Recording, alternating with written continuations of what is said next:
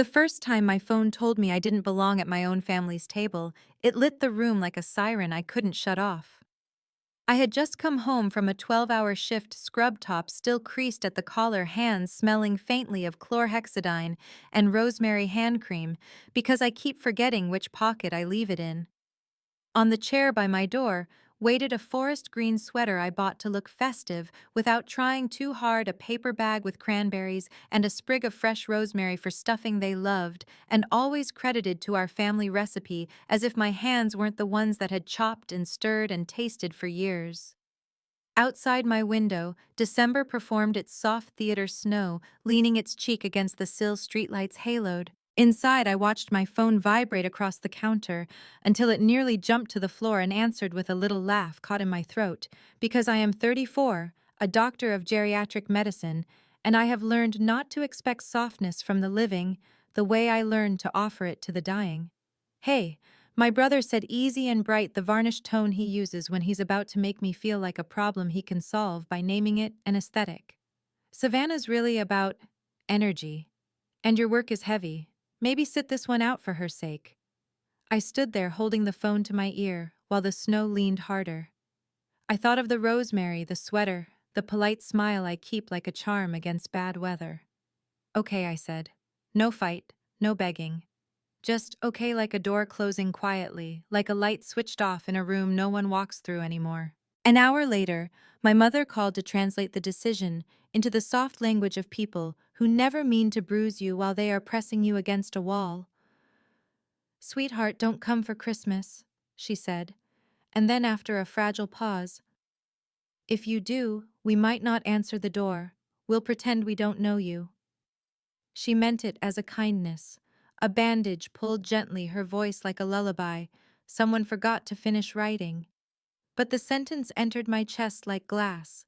I did not argue.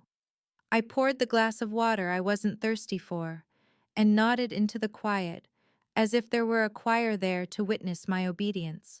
I hung up and did the strangest thing I have ever done for myself. I opened my banking app. I had a row of recurring transfers. My thumbs had learned by muscle memory. Mortgage top-ups for the house that no longer smells like me. A quiet drip into a fund labeled emergencies that were never mine. Deposits that arrived like small angels into my brother's overdrafted account whenever his artistic winds shifted direction. I paused each one, the way a person removes their hand from a hot stove, quickly, almost shocked to discover the body's instinct to survive is still intact. The ache that followed wasn't rage, it was realization. I had been useful, a clean, invisible line between their bills and their relief. I had mistaken that usefulness for love the way a winter afternoon mistakes 4 p.m. for night. I did not post a quote about boundaries. I did not tell a friend or even the rosemary sprig. I simply stood there until the room stopped spinning, and a new kind of quiet lowered itself onto my shoulders, like a shawl I had knit without noticing. In the pocket where I keep my badge, I store stories that do not belong to me but press their hands into mine anyway. The names of women who whispered confessions while I checked their oxygen, the men who sang to their wives through a mask. I am a good listener at the edge of last things. It's an odd skill to bring home to people who prefer their lives shiny. My father likes to introduce me at parties as the serious one, a nickname wrapped in admiration until you look closely at the wire beneath. My brother Blake has always been the miracle, arriving years after me with a soft halo of golden boy excuses. When we were children, he wrote his empire in permanent marker across the living room wall, and they called it expressive. I dropped a bowl while setting the table and was given a new name, careless, and a chore chart. At 6, he brought home a participation ribbon that lived on the fridge for a week. At 16, I placed straight A's on the counter and watched them slide into a drawer like a letter to no one. When I was accepted to medical school on the first try, my mother said gently, "Be careful not to burn out," as if ambition were a fever I caught on purpose. When Blake dropped out of college to pursue a new vision, always a new vision, there were balloons and a cake with his face on sugar paper, the kind you can't bear to cut and yet do. A photograph of him holding a paintbrush lives in their hallway like a saint. I visit that hallway less and less. I have stopped genuflecting. If this is beginning to sound like inventory of uncelebrated report cards of microwaved congratulations of the times I transferred a kindness like a monthly subscription, it is only because inventories are how a person like me learns what is actually there. We tally what we weren't allowed to say out loud. We count the plates we carried and all the hands that never reached to help. We fill a drawer in our chest with the unglamorous receipts of love and take them out only when someone suggests we have given nothing. I am not proud of the drawer, but I am finally done pretending it is empty. The first year I wore the forest green sweater, the light made me look softened, almost undone. Blake told me I looked like a painting, and for a second, only a second, I thought maybe he was seeing me. Later, he asked for cab fare, and I remembered that in this family seeing is often a prelude to asking. I said yes, because saying yes is the language I was given to speak. I learned to feed people love disguised as help resetting passwords. My father forgot booking flights. My brother couldn't afford after a sudden purchase of new camera gear, covering a copay my mother didn't plan for. If you asked me why, I would have told you the truth, because I love them, because we are a family, because I can. If you had asked again with your hand inside my heartbeat, I would have told a truer truth, because being useful is the one way they kept me in the room. So when I pressed pause that evening on the mortgage top-up, the rainy day fund, the monthly drip into the safe dark where my care disappeared, I felt like I had broken a rule written in an alphabet no one had taught me, but I had mastered anyway. My kitchen was very quiet, sometimes quiet as loneliness. That night, quiet was a homecoming ceremony to a house I had been paying for without moving in. Christmas arrived with the indifference of the calendar. I stayed in steeped tea and let the tree glow in the corner without touching the gifts I had wrapped with a neatness that makes cashiers say you're so organized, and me want to confess that tidiness is just one way to control a life that rarely makes room for you. I didn't cry, which surprised me. There is a specific grief in unlearning the choreography of showing up. You stand in your own doorway and practice not leaving for a place that pretends not to see you. You rehearse not making light conversation with the people who learned your soft spots the way a thief learns the house. You relearn the word no as if it were a prayer you always suspected might work. I fell asleep early and woke to a text that said I had ruined everything. Imagine the power of a person who wasn't invited damaging a party by refusing to make herself small in a room she never entered. I didn't answer. I went to the hospital and signed my name beneath a list of patients who knew the difference between clean cruelty and messy kindness. There was a moment later that week when the story bent without my hands on it. It wasn't a grand revelation. It was a photo on my parents' mantel that caught the eye of a woman who loved the idea of energy and had walked into the house expecting the kind that glitters. She recognized me from a different life where doors do open, an emergency room with fluorescent lights, a granddaughter whose breath had started to leave her, and then returned because I wouldn't give up when the algorithm suggested I should.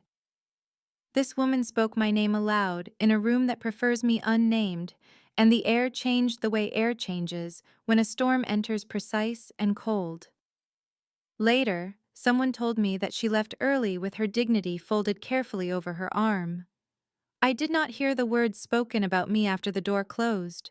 I have a good imagination. I could make a meal out of their favorite insults, too serious, too heavy, the way my work touches grief like a lit match you can't admire. I could guess at my brother's tone, the practiced shrug of a man coached all his life by applause. I refuse. That night, I read a message from the woman who had left a message sent, not to fix, not to barter, but to tell a simple truth. She had seen me somewhere real and could no longer sit at a table where I was a punchline. I pressed my palm to my own chest because it felt like someone had lit a candle there without asking for anything in return. A person doesn't always know she is starving until someone places a bowl in front of her and says, "Eat." I read the message twice, and then a third time the way I double-check vitals before I sign off on a chart. There is a line you learn in medicine when a patient finally looks at you like you are not a machine, but a person. Thank you for seeing me. We seldom say it aloud in my world because it sounds sentimental and our profession prefers the crisp clang of data. But that is the line that rose to my lips that night. I whispered it into my kitchen like a spell. Thank you for seeing me. And the rosemary on the counter smelled like a forest that does not need to ask permission to exist. I fell asleep with the message open, the phone warm against my sternum, like a small animal finding its way home. The next morning, the emails began sweetly phrased group appeals to civility from the same mouths that had offered silence as an ornament. Let's reset, they wrote, as if a life were a router you could unplug and plug back in until it stopped dropping the truth. Buried in the middle like a thorn stitched inside a bouquet, was the request I had expected. Would I please ask the woman to remove the post she had written about kindness, and the people who cannot recognize it at their own table? I did not answer. For a long time I had confused compliance with peace. They look alike from a distance. Up close, compliance has a bruise hidden beneath it, and peace has a heartbeat you can nap against. I went to work. I held a woman's hand while she talked about the dog she had as a girl. I called a son who hadn't visited in 6 months, and learned his voice still cracked when he lied. I signed papers. I watched snow shyly melt into the curb. What I am trying to say is this: a life can tilt in a single sentence spoken through a phone you did not think would become a weapon. A life can right itself when someone you barely know says, "I remember you," as the person who stayed. You can spend a decade believing you are too much, because people who prefer your silence told you to turn down your volume. Then the room empties of the ones who teach you how to be small, and suddenly there is space to breathe. The morning after the emails asking me to tidy up their mess by silencing a stranger's kindness, I found myself unlocking the cabinet under my sink the way a person opens a throat to release a long-held name. That space is where I put what I don't want to trip over: extra sponges, the bottle of glue that has fused itself shut, and a shoebox that once held flats from a life where I kept dress shoes in my trunk, in case a sudden niceness descended on the world. The shoebox was heavier than I remembered. Paper can be weightless until you fill it with signatures. Inside a congregation of envelopes, some rubber banded together, others fat with receipts I'd promised myself to file later. I sat cross-legged on the kitchen floor and unspooled the years my pay stubs lined up like small breaths bank statements, with my transfers highlighted in tender green emails printed and slipped inside when I thought a hard copy might sober me into stopping. I had written tiny apologies in the margins as if the paper were a person I had disappointed. In the bottom corner, folded into itself, was an old nurse's badge from the year before residency, etched haunted into my eyes. I put 2 fingers on the photo and said the thing I never let myself say out loud: no one taught me how to be loved without making a spreadsheet. I found between a utility bill and a broken postcard from a museum gift shop the original letter my grandmother had sent me at 22 the year before she died. Her hand, slanted and patient, described a jar of buttons and a secret she was tired of locking her jaw against. I had read it then as a woman with exams looming and a heart still convinced acceptance lived in the next achievement. The letter said she kept a copy of something at her friend's house because your mother has a talent for misplacing what matters when it isn't hers. I thought at the time she was being unkind. Now the sentence glowed like a road flare in the dark. I read it 3 times, then dialed the number scrawled beneath the line as if ink could lift itself off the page and point. A man answered with the particular caution of people who have learned phones can carry grief like electricity.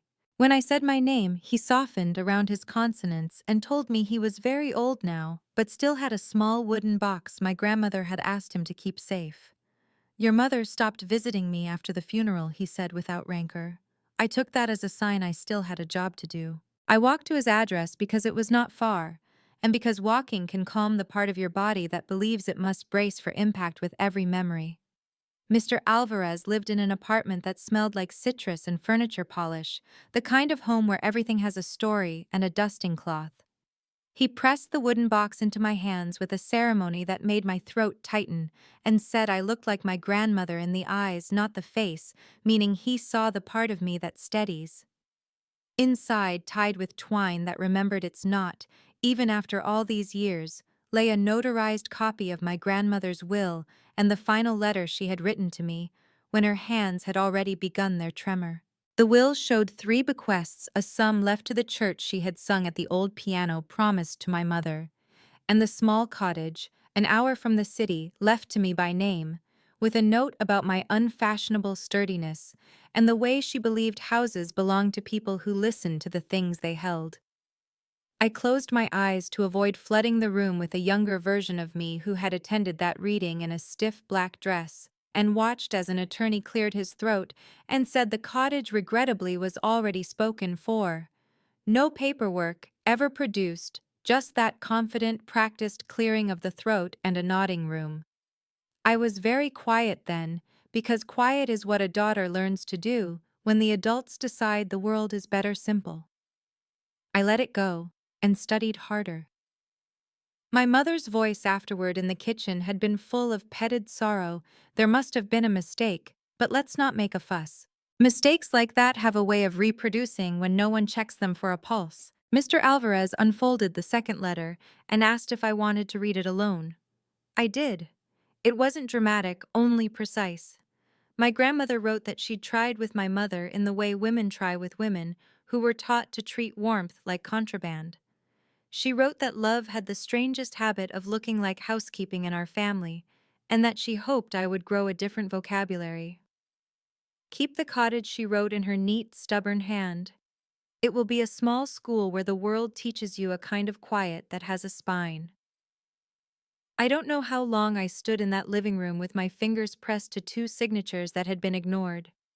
Long enough for the space around me to clarify. Long enough for a decision to arrive without anyone else needing to approve its outfit. On my way home, the winter day glittered too brightly for morning. The city had the clean look it gets just after snow, as if someone had rinsed all the buildings and hung them out to dry. I walked past a shop that sold lamps and caught my reflection framed by warm shades, my face looking for a second, like it belonged to someone who had come to collect herself. In the stretch between the bus stop and my front door, my phone vibrated with a message from Blake. He wrote that I was making things impossible, that Mom was in pieces, that Savannah was traumatized by what that woman had posted, and that the least I could do was fix it. He added a PS about needing to borrow a little to float him through the month because of a problem with a client. I read the message and waited for the muscle memory of rescue to twitch. It didn't. Instead, the odd serenity of someone who has finally watched the dominoes fall in a line that makes their own outlines solid. I told him I couldn't help with money, but if he wanted to meet for coffee, I could do Wednesday morning. He deleted the typing dots. He responded with a link to an article about familial duty, as if he had just discovered the shape of a word we both had been made to kneel in since birth. At work, I ask patients for consent every time I touch them. It is such a simple practice that it becomes a habit you can't quite shake at home. I had never asked myself for consent to carry everyone's weight. I had just shouldered it. The woman from the Christmas party, the one who had left their house when she realized kindness was not welcome there, sent another note not to stir anything, just to tell me she was thinking of me, because holidays can be loud even in quiet apartments. I stared at that sentence as if it were a window I could open to let out stale air. I surprised myself by writing back that my family had decided I was the wrong energy for December, and that learning I could live through that judgment without turning to ash felt like a trick you want to teach other women. She told me she had a mother like mine and a brother like Blake, and that nothing changes until the person who holds the rope decides not to pull on command. I did not know how to say thank you without sounding as if I were making a speech, so I sent a picture of the rosemary sprig on my counter and wrote, trying to learn the smell of my own kitchen. 2 days later, I drove to the cottage I had been told did not belong to me. The key from Mr. Alvarez's wooden box fit the lock, as if metal recognized an old conversation. The air inside was stale in the way rooms get when they're waiting for a season to begin. The furniture my grandmother had loved, simple chairs that didn't pretend to be anything but themselves, was draped in off-white sheets. Dust motes rehearsed a tiny ballet in the window light. On the mantel, a single photo of my grandmother sat in a brass frame. Her mouth mid-laugh, the lines at the corner of her eyes suggesting a long conversation with joy. I took the sheets off the chairs one by one, The way you undress a patient with care for their dignity.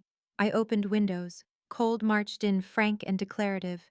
I made tea on a stove that remembered my grandmother's hands and found in a drawer a stack of index cards with her handwriting notes to self about repairs needed and phone numbers for people who knew how to repair what shivered. On the last card, a sentence that felt like a benediction. Leave the door open for yourself first. The drive back gave me time to try out different versions of the conversation I would have to have with my mother. In none of them did she clap and apologize. In most, she sighed and constructed a history where she had simply been tired, where I had misheard where things had happened quickly, and papers had wandered off on their own legs. In one draft, my father felt bad and put a hand on my shoulder, his consolation password, before asking if we could keep this within the family because people won't understand. In all of the versions, Blake managed to say the word ungrateful with a sophistication that suggested he believed he had coined it. I pulled into my parking spot and studied my face in the rearview mirror as if it were a map. There is a version of me that could choose the softest possible confrontation, arrive with muffins, offer them a path that required so little change they wouldn't notice they had taken it. There is another version that could arrive with an attorney with the will, with the threat of a public story told by a woman who has learned how to hold a microphone steady. I did not choose either, not yet. I chose something my grandmother might have endorsed, the steady walk through the steps that will be needed whether or not anyone claps. I called the county recorder's office to confirm the cottage deed history and learned what I already guessed: a transfer had happened the month after my grandmother died. The house put into a trust with my parents' names on it. The clerk spoke in the calm syntax of bureaucracy, but her final sentence had heat in it. If there's a notarized will with you as the grantee, things may be interesting. I thanked her and wrote down dates, then called the small law firm that had handled the original probate. The first receptionist hung up on me while trying to transfer.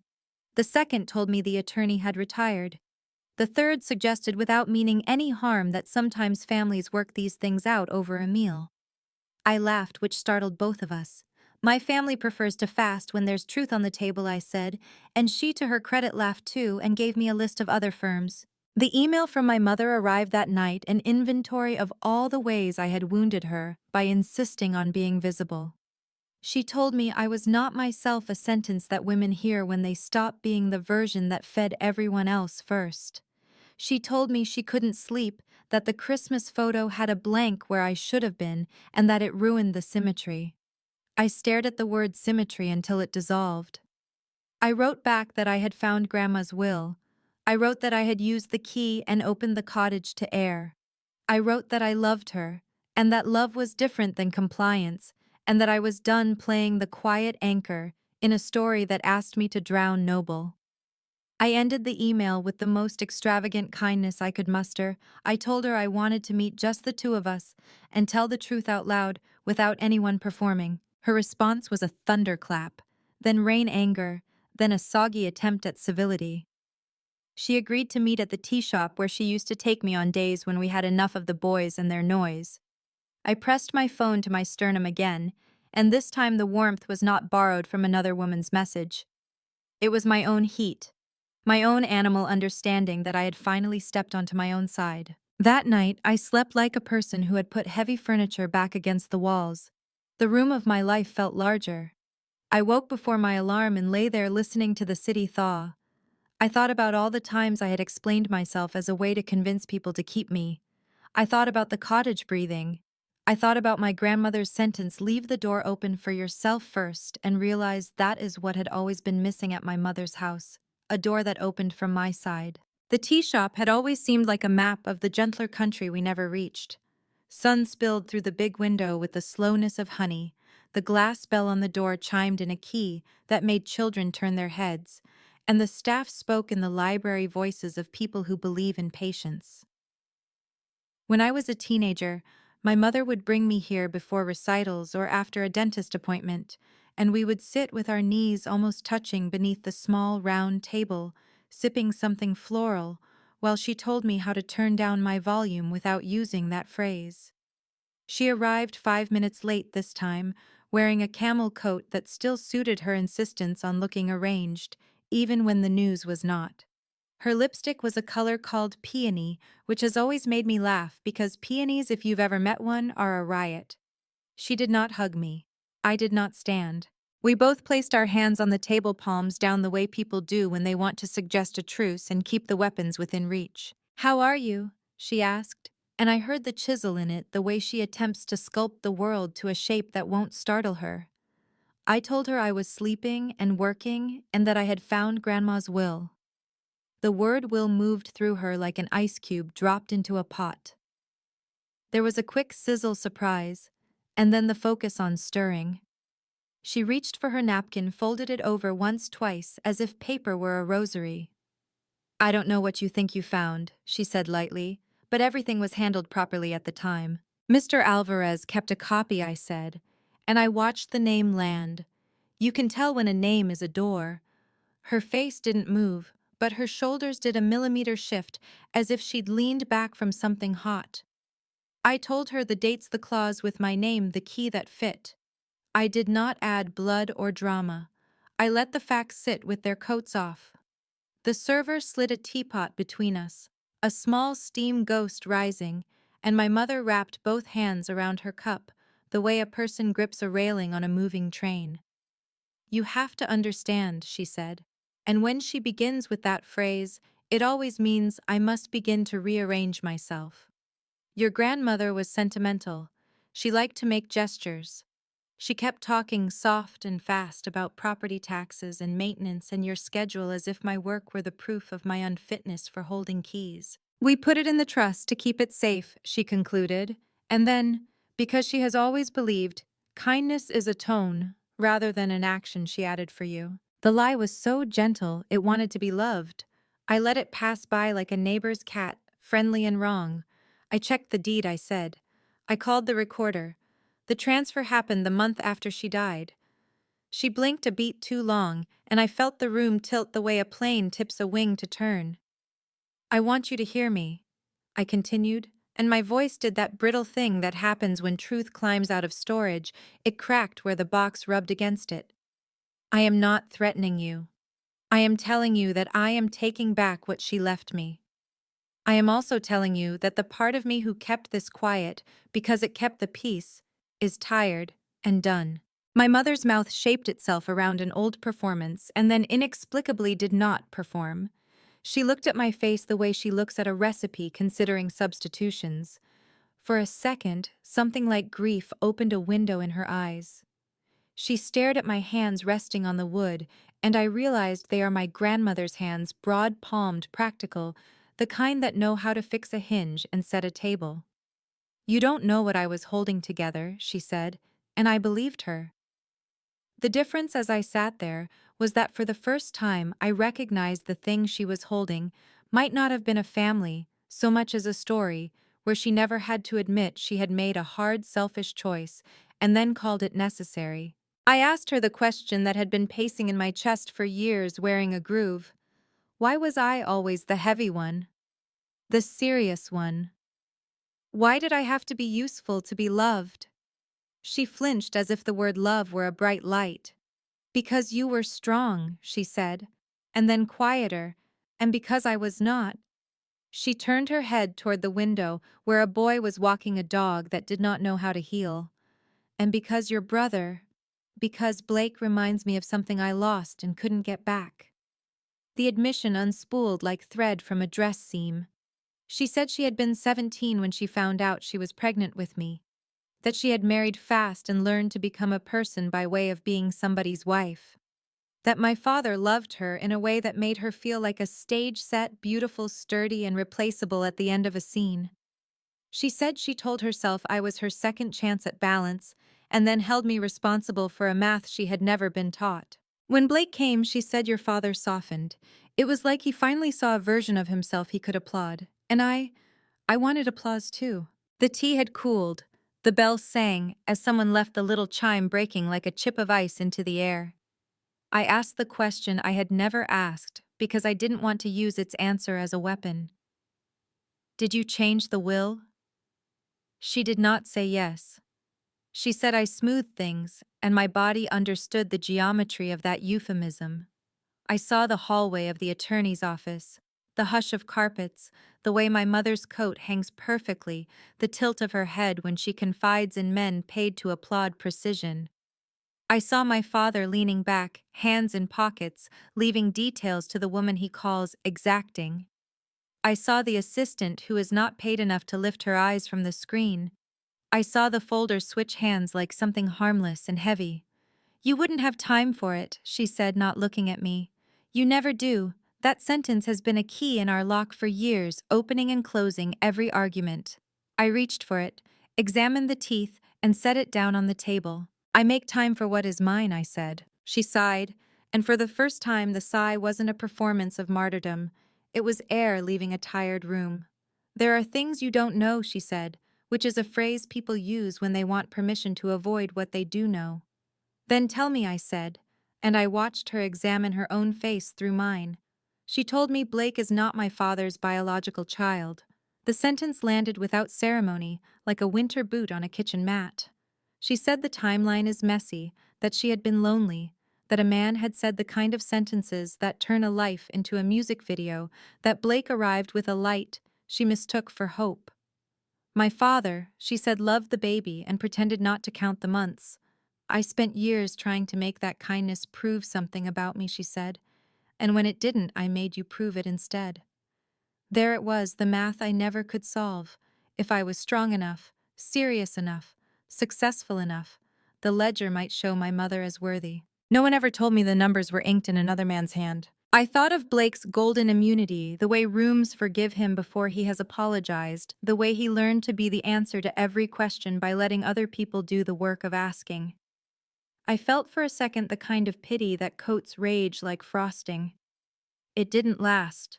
It isn't designed to. "I'm not a ledger," I said, and my own voice sounded like a door that had finally unjammed, "and I won't let you balance by subtracting me." We sat there long enough for the server to ask if we needed anything else, which is the small, brief mercy of public places. They give you a tiny interruption when grief might otherwise braid itself into a noose. I told my mother I would be filing a petition to correct the title. I told her I would do it quietly if she met me truth for truth. And we worked out a transfer without making the clerk in that office witness a family turn itself inside out. I told her I would do it loudly if I had to. "I don't want your money," I said. "I want what she left me. I want you to stop asking me to be the floor you walk on, and then accusing me of making you tired." She stared at me, as if hearing a foreign language she actually understood. "You are so much like my mother," she said, and I took it as the blessing she could not afford to make obvious. On my way out, she touched my wrist the lightest brush, and I felt the old ache open. "Are you going to tell your father?" she whispered, as if the question were a dress code. "I'm going to tell the truth where it belongs," I said, which is the closest thing to mercy I had to offer. Outside, the air had sharpened. The sun was a coin lost behind cloud. I walked home with the solicitous pace of a person escorting her own astonishment. In my kitchen, I put the kettle on again, and then sat without pouring, listening to the house speak its small sounds, the radiator's throat clearing the neighbor's door, the refrigerator pirouetting on and off. Somewhere between the kettle's pre-whistle and the radiator's next cough, my phone shook itself awake. A text from my father arrived. "Your mother is upset. Come by tonight so we can discuss." I stared at the words until they separated into their older meanings. Upset, to overturn, to spill, to disturb the placement of something that thought it had settled. Discuss, to talk around until we arrive at the original furniture arrangement. I felt the animal in me tense the urge to rush over and smooth their pillows. I waited. I pictured the cottage breathing with its windows open. I imagined the wooden floor warmed by a square of light only that room knows. I wrote back that I could come tomorrow after work and that I would be bringing documents. He responded with a thumbs up, which has always been his way of avoiding vocabulary. That evening, Blake called with a voice full of theater. He had found out about the will. Of course, my mother's grief has never been waterproof, and he wanted me to know that doing this would hurt her. He said he understood I was in a phase and that he supported my journey, words he has learned to use because they purchase goodwill cheaply. Then he said the thing that made something old and cold in me finally fracture. Look, if you end up with the cottage, maybe you could put the title in the trust anyway. For the family. I laughed and it startled him and it startled me. The laugh wasn't angry, it was clean like a window opening. You can visit, I said. You can bring the truth when you come. I did not sleep badly that night, which is not the same thing as sleeping well. I woke with the sense that the day had already begun without me. At the hospital, a patient's daughter hugged me hard enough to leave a wrinkle on my scrub top, and before she let go, she said, "You saved the story." I carried that sentence down hallways, filled with machines, and the low hum of endurance. I thought of how much energy we spend trying to keep other people's furniture in place. I thought of how a will is just a story written down in legal, and how my grandmother had trusted me to read it. On my lunch break, I drove to a copy shop and made 3 sets, will letters, a printout of the deed history, with the date that glows like a pulled fire alarm. I put them in a plain folder and wrote my name on the tab, then scratched it out, then wrote Grandma instead. When I lifted the folder, it felt heavier than paper. It felt like a small house you could carry if you took breaks. When I got home, an envelope waited in my mailbox with no return address. Inside was a photo from the Christmas party, the one I hadn't attended, printed on glossy paper.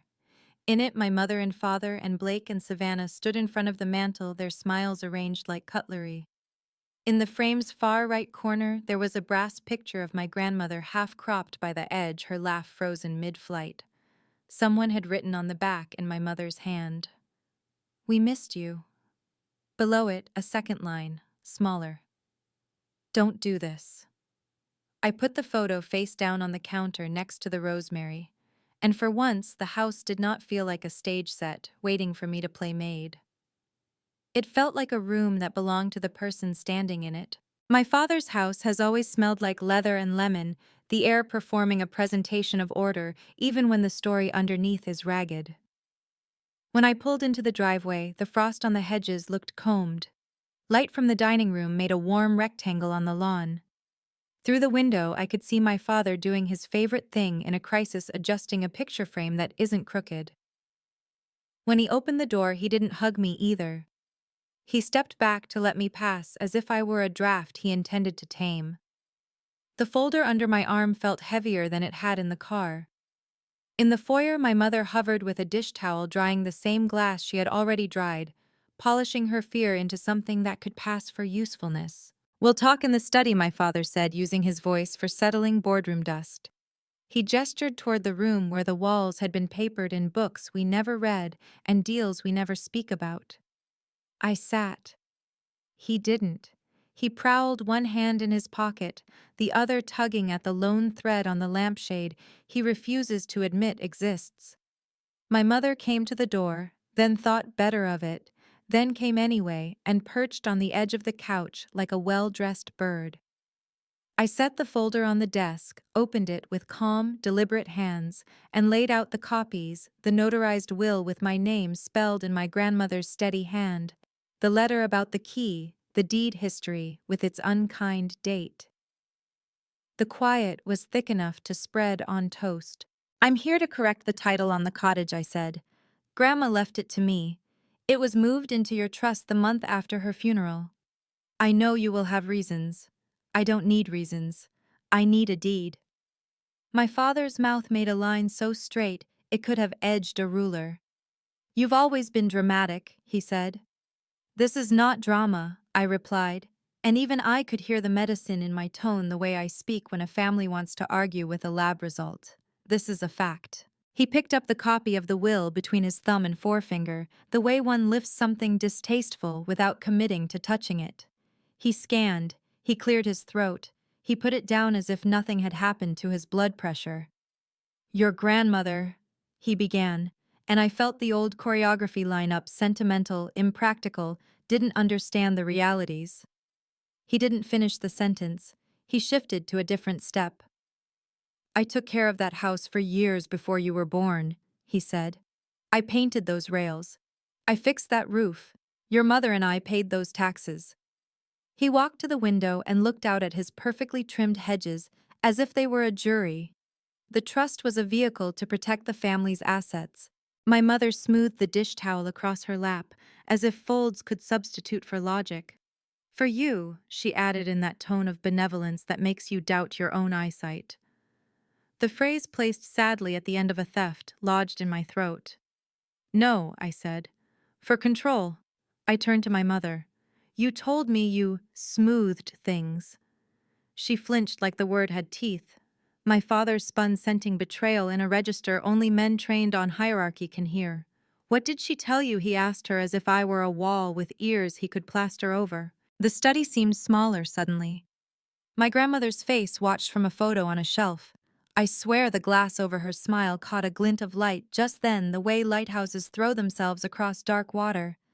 Stop, I said, more to the room's history than to either of them.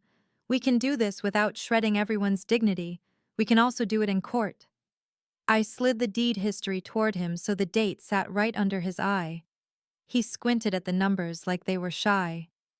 You were out of town that week, he said absently.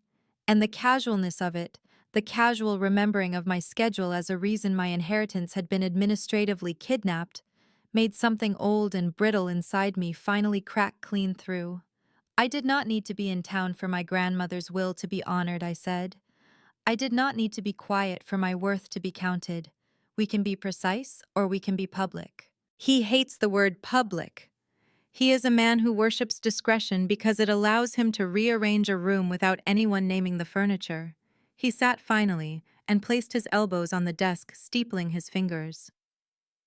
There's another layer, he said in the voice of a magician, preparing to reveal the second pigeon. He looked at my mother. She shook her head very slightly, the kind of denial you offer an avalanche. Tell her, I said. He straightened a pen, then another, then surrendered. We took a line of credit on the cottage, he said. The sentence fell into the room like a brick through a layer of ice. For a second, I didn't understand. The words line of credit exist in the business lobe of my brain, not the part that keeps recipes and lullabies. He continued quickly, as if speed might soften impact. It was efficient. We needed flexibility for Blake's venture. It made sense to use property that wasn't our primary residence. The interest rate was favorable. It's all current. He lifted his hands, palms up like an altar boy displaying innocence. I thought of the photos of my brother standing in front of murals of the breathless captions about launches of the way my transfers had always arrived just before something was due. I thought of my grandmother's sentence about houses belonging to people who listen to what they hold. I thought of that house hearing its own walls used as collateral for my brother's dream of being applauded forever. You mortgaged my inheritance for Blake's latest reinvention, I said. I didn't raise my voice. I could not afford to. Rage in my family is a mirror. They hand it to you and then spend years pointing out how your face looks when you look into it. My mother started to cry the way she always has, lightly, prettily exportable sorrow that makes other people hand her tissues and forget where the knife is. We intended to pay it back, she said, and I could feel her memorize that sentence as the new family prayer. We intended to pay it back. You intended to own me, I said, and the room went so quiet I could hear the clock get embarrassed about ticking. It is not lost on me that my father has done good things in his life. He has stayed when other men leave. He has signed papers that kept our lights on. He has an unshowy way of remembering the names of my patients when I tell their stories at dinner, and he actually listens. All of that is true. It is also true that he stole from the only woman in the room who never asked for balloons to celebrate doing the right thing. It is possible to hold both truths at once, without splitting yourself open. I felt the split threaten and held it closed with both hands. I am filing to quiet title, I said, letting the legal phrase sit there among the family portraits and golf tournament trophies, like a stray dog that might bite. Your line of credit was taken against property you did not legally own. I have a notarized will and a letter. I have dates. I have a county clerk who enjoys the word interesting. We can unwind this together, or we can let the process strip us in public. Either way, I will be the owner of that cottage and the person who decides what to do with the door. My father's face did something I have seldom seen lost its scaffolding. For a moment he was a man without his architecture. He looked at my mother, then at me, and his mouth did not find a way to make this my fault. He leaned back. He nodded once like a person who has finally heard the instrument that has been playing all along. "Let me talk to the bank," he said. "We can—" He couldn't find the word that didn't sound like retreat. "We can arrange." "I'll give you a week," I said. On the 8th day I file. I stood my knees slightly trembling like a bridge tested and found intact. My mother stood too and followed me to the foyer, the dish towel bunched in her fist, now like a flag she had reconsidered waving. "You're going to destroy us," she whispered. And it might have felled me once that line, the accusation that justice is arson when it touches the house we built out of unasked sacrifices. I put my hand on the door, felt the cool metal of the handle against my palm. "I'm going to stop pretending the foundation is something it isn't," I said. "If the house falls, it's because it was built on a story you loved more than the truth." Outside, the cold bit the delicate skin inside my nose. My breath came in small clouds. I sat in my car and let my forehead rest against the steering wheel. For the first time since the phone call that told me not to come home for Christmas, the trembling in my legs rose all the way into my chest and out through my eyes. Not the pretty crying my mother has perfected, the messy kind that warms your face and makes you sound like someone learning to speak. I let it come. A woman walking her terrier glanced at me and then away with the embarrassed courtesy of strangers. I wiped my cheeks with my sleeve and laughed once because it is ridiculous and holy to cry in a car over a house that smells like dust and pine and your grandmother's hand cream. Back at my place, the rosemary on the counter had dried into its ribs. I crumbled it between my fingers, and the scent lifted green stubborn the memory of a hillside that refuses to burn all the way.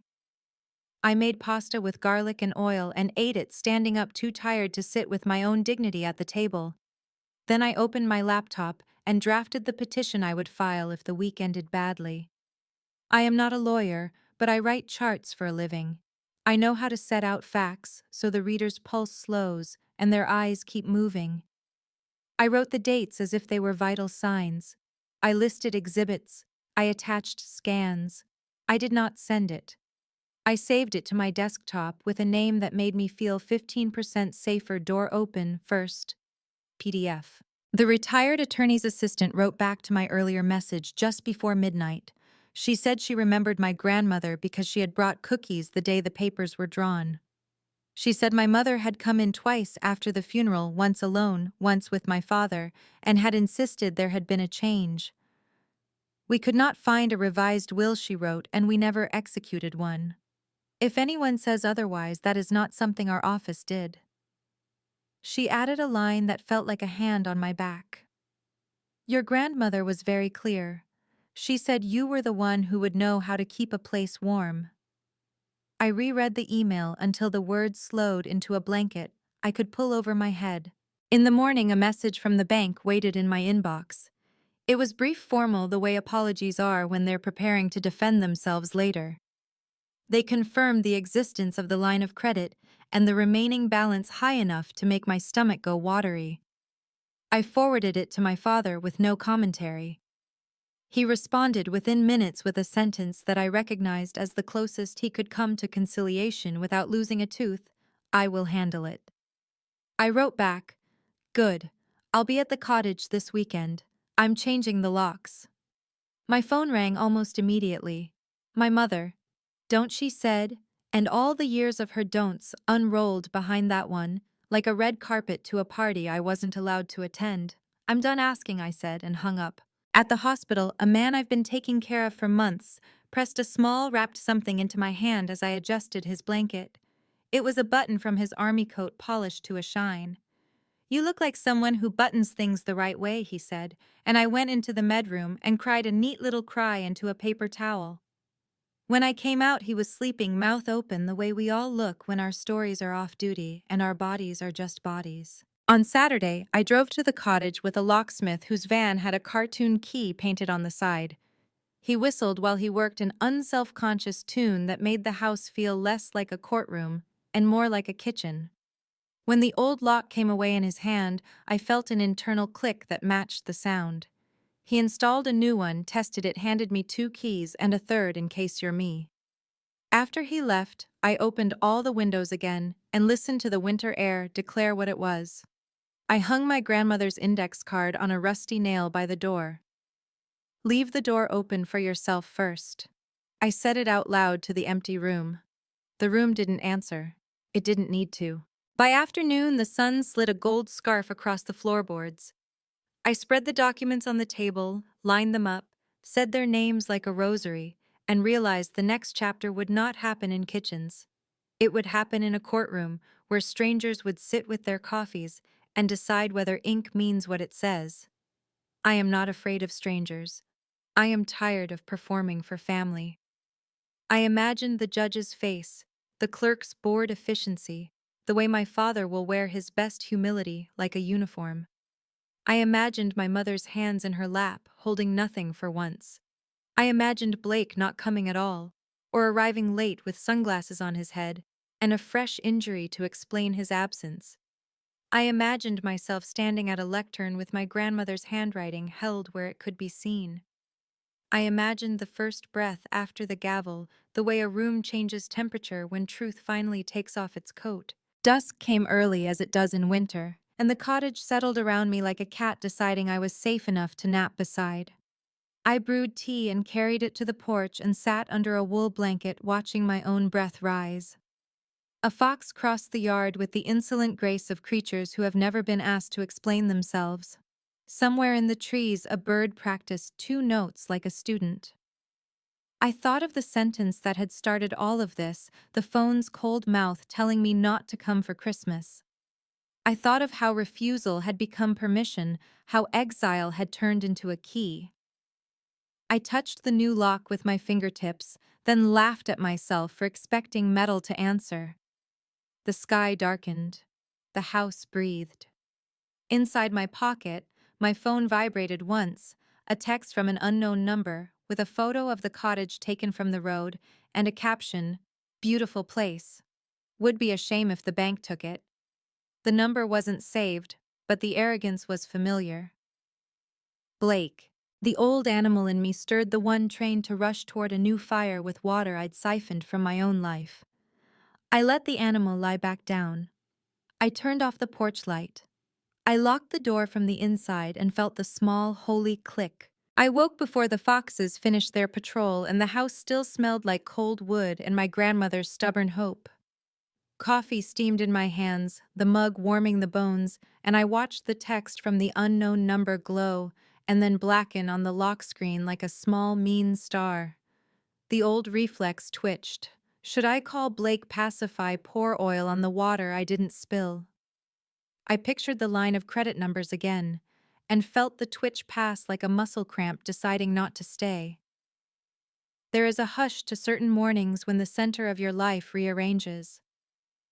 It isn't triumphant. It isn't even loud. It's a room inhaling and deciding to keep the breath. I sat with it until the sky turned the color of a faded bruise, and then I drove back to the city, to the hospital, to the place where I am allowed to be needed without paying a toll that includes my name. The week moved like a glacier with a plan. My father's updates came terse and transactional. He had spoken to the bank. There would be fees, of course. He would cover them. He did not say he was sorry.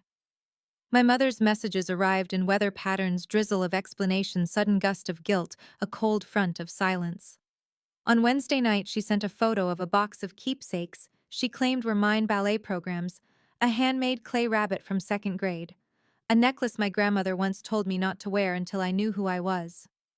It looked like proof of devotion if you didn't know how easy it is to curate a story with objects. I did not respond. I put my name on the county's docket. A clerk with a voice like a dial tone told me to appear with proof and patience. Mr. Alvarez called me on Thursday from a number that wheezed with age. He had polished his shoes, he said. He would come to court. He had been waiting to make a promise good. Your grandmother would be furious for needing a judge, he said, and there was humor in it, and there was a dare. The woman from the Christmas party sent a single line. "You are not alone," and somehow it settled in the notch at the base of my throat like a smoothing hand. My patients, without knowing they were keeping me upright, asked me to return tomorrow to check a wound, to bring more ice chips, to listen to a war story I've memorized and still pretend is new. I thought of how many ways love looks. Some of them require no explanation. None of them require a ledger. On the morning of the hearing, I wore the plain suit that makes me feel like a nurse who ironed a cape. I tucked my grandmother's letter in the inside pocket, the paper close enough to feel like a pulse. The courthouse steps remembered 1,000 other footsteps. Inside, everything was beige and humming and smelled faintly of coffee and dust, the aroma of decisions nobody is in love with. The courtroom itself had that church-like quality of a space where people stand and sit in unison and speak in a rhythm that suggests ritual. My father had already arrived upright and contained in the way of men who have made a pact with control. My mother sat beside him, her peony lipstick muted to the shade of regret. There was an empty chair to her right that Blake did not fill. I shouldn't have been surprised, but I still counted the absence like a bruise. When the judge entered the room, reshaped itself around her black robe, human, brisk kind, in the way a person can be when their day is full of other people's endings. I laid out my documents, when asked, my voice steady, because I had practiced reading the dates like vital signs, the will notarized on the 3rd week of May. The letter from my grandmother to me, the county's record of the transfer, the month after her funeral, the bank's confirmation of a line of credit extended against a house that did not legally belong to the borrowers. Mr. Alvarez testified with the dignity of a man who understands that promises are architecture. He told the court about the wooden box, the key, the copy he kept because my grandmother asked him to keep it safe from people who confuse possession with love. He did not look at my mother when he said it. He looked at me as if I were the only audience that mattered. My father tried logic in the language of stewardship. He spoke about taxes, paid a roof, repaired a family legacy requiring centralized management. If I'd been a stranger, I might have nodded at the symmetry, but symmetry is not truth. My mother tried story.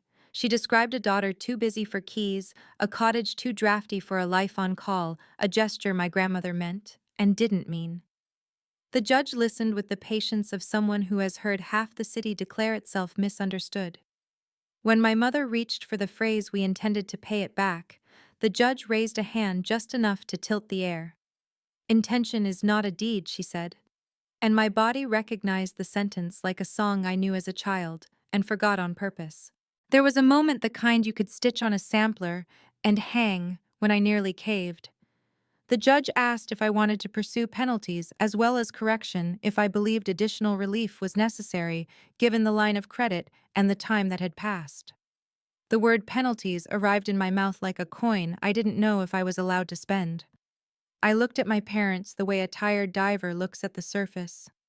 My father's jaw had softened since the first phone call. The angle of my mother's shoulders had changed from stiff to small. There is a theater to mercy in public places. The impulse to demonstrate a largeness of heart so no one has to examine who kept it small. My grandmother's letter pressed against my ribs. I thought of the winter afternoons I left the hospital and drove to a house that wasn't mine because someone had declared it inconvenient to honor a woman's will. I thought of the sentence, "leave the door open for yourself first." I thought of the line of credit in Blake's name and the text that hissed from an unknown number. And then, like a pulse finding its regular beat after a frightening pause, I understood that this was not revenge. This was repair. "I'm not seeking to punish," I said. "I'm seeking to restore." The judge watched my face like it held a second will.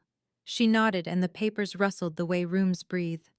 She explained the process, how title would be quieted, how filings would move, how signatures would travel as if paper had legs. She ordered the bank to remove its claim given the underlying illegality. She set a deadline. Her gavel touched wood with the light authority of someone who does this all day and still knows it matters. It did not sound like thunder. It sounded like a door closing against a draft. After, in the hallway where everyone pretended to check their phones to let strangers cry if they needed to, my father approached me without his scaffolding. He said he would wire the remaining balance so the bank could make its exit with the dignity institutions prefer, and he said he would follow the clerk's schedule. He did not apologize in the language of contrition. He apologized by not arguing.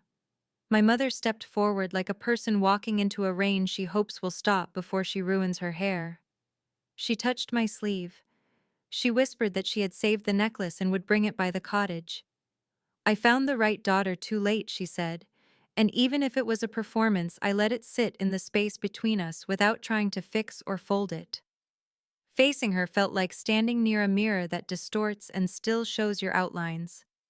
I told her the door would be open when she learned how to knock. I walked out of the courthouse into a sky that had the exhausted brightness of a day after snow. The air tasted like new metal. My phone buzzed with a message from the woman who had left the Christmas party and started this small revolution of noticing. "How did it go?" she wrote, and I told her the truth. It wasn't cinematic, it was administrative. And still I felt taller like the porch of a house that has finally stopped tilting. At the hospital, Mr. Alvarez called to ask if I needed help moving furniture, and I realized help is a language I am learning to accept without translating it into debt. The first night I slept at the cottage as its legal owner, the wind practiced small arguments with the eaves and lost all of them. I left the window in the bedroom cracked so I could hear what the dark was saying to the trees. I placed my grandmother's letter in the top drawer of the bedside table and slid the new keys beneath it, like a coin under a pillow, for a child who has earned a surprise. In the morning, I made coffee with her tin kettle and buttered toast that tasted like relief. A fox track stitched the yard from one briar to another, confident as a signature. I stood at the doorway and whispered the sentence one more time: "Leave the door open for yourself first." And for once, it sounded less like instruction and more like a description. Blake's name lit my phone 2 days later. He had been to the bank. He had been refused. He wanted to know if I felt powerful now. He said our mother was fragile and our father aging, as if those facts were keys to a lock I still chose to turn. He asked if there was space for mercy. I told him there was space for accountability, and that I would not be financing his apology by turning my inheritance back into his collateral. He told me I was cruel. I did not list the years I had borrowed kindness against my own future. I did not send the spreadsheet of favors. I said the thing that is not a threat so much as a diagnosis. When you're ready to be a brother instead of a project, you'll know where to find me. Bring a hammer. There's a porch step that needs fixing. He hung up without offering a time. I went outside and measured the broken board and wrote down its length the way I always have, gathering specifics until repair becomes inevitable. People think the end of a story like this is triumphant music and a shot of keys tossed into the air. The real ending is quieter and more useful. It's returning to the hospital after court and taking the midnight call because a woman who never liked hospitals has decided to leave in the only room in the world where she will be certain someone is paying full attention. It's walking into a cottage with a bag of groceries and a stubborn draft at the threshold and learning which windows need felt strips and which merely need a new habit of being opened. It's being able to pass a house that belongs to you without lowering your eyes.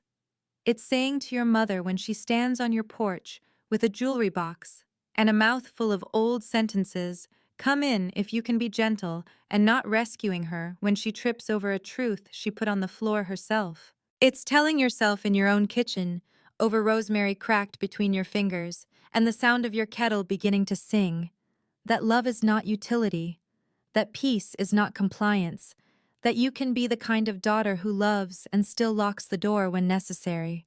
If you've listened this far, you know this wasn't a vengeance story dressed as a holiday. It was a repair, a recalibration, the slow, clean work of bringing the house of a life back to level. The secret wasn't complicated. It was written down in a woman's hand and ignored because ignoring is easier, and then it was remembered because a different woman decided to stop turning herself into a floor. I didn't win anything. I kept a promise my grandmother made to me when I was young and didn't know how to read it yet. I stood in a room where I had been told my seriousness ruined the symmetry, and I refused to become decorative. And somehow in that refusal, a door opened that will stay open without letting the cold take everything warm.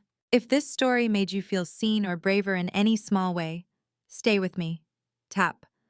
Like so, it reaches another woman who needs a key. Share it with someone who calls their control care and subscribe if you want to keep walking with me as I learn slowly and stubbornly how to leave the door open for myself first. Tell me below the promise you're ready to keep for the girl you were or the woman you are becoming.